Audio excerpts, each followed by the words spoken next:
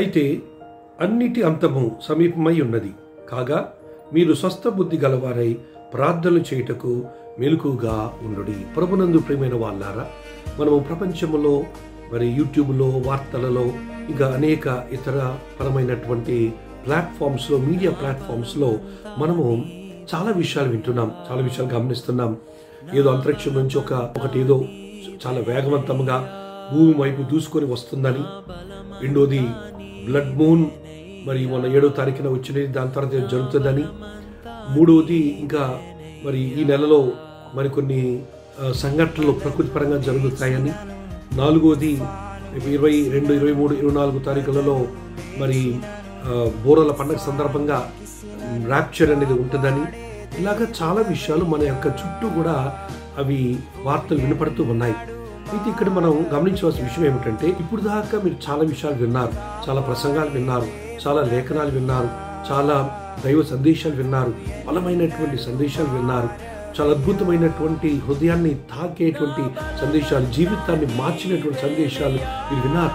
మరి ఇవన్నీ విన్నారు, కానీ అవసరమైనంత భక్తిగా మనం ఉన్నామా లేదా అనేది ఒకసారి మీరందరూ కూడా ఆలోచించాలని మనం చేస్తున్నాను. విన్న వాటన్నిటిని బట్టి ఇన్ని సంవత్సరాలు మనం వింటూ వచ్చాం కదా, విన్న సారాంశాన్ని బట్టి ర్యాప్చర్ అనేది ఎప్పుడైనా జరగవచ్చు అనే వాస్తవాన్ని మనము పట్టించుకుంటున్నామా, మనం ఏమైనా సీరియస్గా తీసుకుంటున్నామా ఆలోచించాలి. చాలా మంది ఈ లోకములో ఏది కూడా సీరియస్గా తీసుకుంటలేదు, బైబిల్ ఇంకా చదవడం ప్రారంభించలేదు, ప్రార్థనలు అధికం చేసుకోలేకపోతున్నారు. చాలా రకరకాల పరిస్థితుల్లో మనుషులు మరి లోకంలో చిక్కిపోయి ఉన్నారు.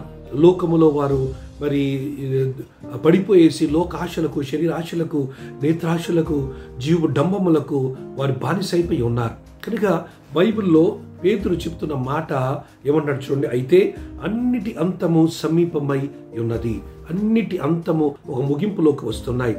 ప్రియమైన దేవుని బిడ్డలారా, గమనించాలి, సమయం ఇంకా లేదు, ఇంకా రేపో ఎల్లుండో అని అనుకోవడానికి అవకాశము లేదు. ఇప్పుడు దాకా నీ లైఫ్ని చక్కబెట్టుకోకపోతే ఇప్పుడైనా సరే, ఈ రోజు నుంచి అయినా సరే జీవితాన్ని చక్కబెట్టుకోండి. బాధపెట్టిన వాళ్ళు ఉంటే వారికి క్షమాపణ చెప్పండి, గాయపరిచిన వాళ్ళు ఉంటే వారితో మరి క్షమాపణ అడగండి. లేకపోతే ఎవరైనా మీకు ద్రోహం చేసి మిమ్మల్ని ఒకవేళ మరి చాలా అవమానపాలు చేసి నష్టపరిచినట్లయితే వారిని క్షమించండి, ప్రభువా వారిని క్షమించమని అడగండి. ఇక ఏమైనా మరి ఆత్మీయమైనటువంటి లోటుపాట్లు ఏమన్నా ఉన్నట్లయితే వాటన్నిటినీ ఇప్పుడే ఒప్పుకొని జీవితాన్ని సరి చేసుకోండి, జీవితాన్ని సెటరైట్ చేసుకోండి. ఇప్పటికైనా సరే జీవితాన్ని సీరియస్గా తీసుకోండి, ఇప్పటికైనా సరే పట్టించుకోనండి, సంబంధాలు పట్టించుకోండి, ప్రేమను పట్టించుకోండి, ఆత్మీయతను పట్టించుకోనండి, ప్రార్థన జీవితాన్ని కట్టుకోనండి, వాక్యమును ఇంకా ఎక్కువగా చదవడం మరి అలవాటు చేసుకోండి, ప్రార్థనలో ఇంకా ఎక్కువగా గడపడం అలవాటు చేసుకోండి.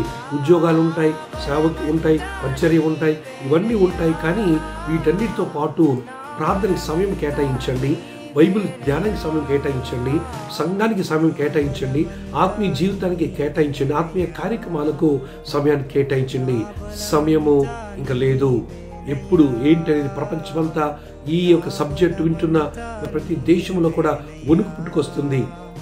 మొన్న చెప్పినట్లుగా చాలా మంది వారు జీవితాన్ని సరి చేసుకుంటున్నారు. ఇది మనకున్న అవకాశం.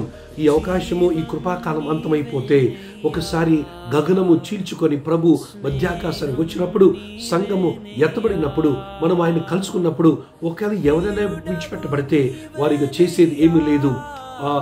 బైబిల్ చెప్పే మాట ఏంటంటే, భూమి మీద క్రీస్తు విరోధికి సర్వ అధికారము ఇవ్వబడుతుందంట. వాడిని తప్పించుకోవడం చాలా కష్టం.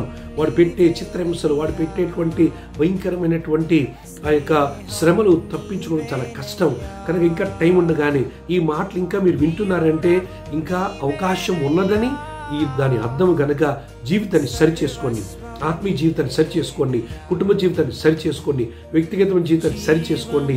మీ యొక్క శరీరాశ, నేత్రాశ, జీవపు డంబములు, లోక సంబంధమైన ఈ యొక్క భోగములు అన్నిటిని కూడా అవి తీసి పారవేసి ప్రార్థన, వాక్యము, సహవాసము, సంఘము, సాక్ష్యము అని పంచ కార్యములు చేస్తూ సిద్ధంగా ఉండమని ప్రభు పేట మనం చేసుకున్నాను. ప్రభు మనందరికీ అట్టి సిద్ధపాటు కలిగించును గాక. Don't miss the rapture. Amen.